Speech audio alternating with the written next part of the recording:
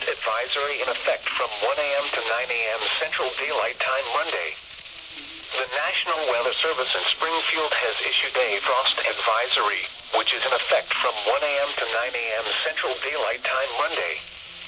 Temperatures will fall into the middle 30s after midnight tonight.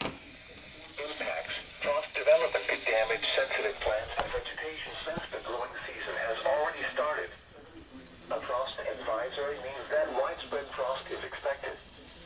Sensitive outdoor plants may be killed if left uncovered. Winter weather advisory in effect until 10 a.m. Central Daylight Time this morning. What? Snow. Additional snow accumulations of up to 1 inch. Winds gusting as high as 35 miles per hour. Where? Along and 20 miles east and west of a line from Wheelerville to Springfield to Tuscumbia. When? Until 10 a.m. Central Daylight Time this morning. Additional details: some roads and bridges could get slick.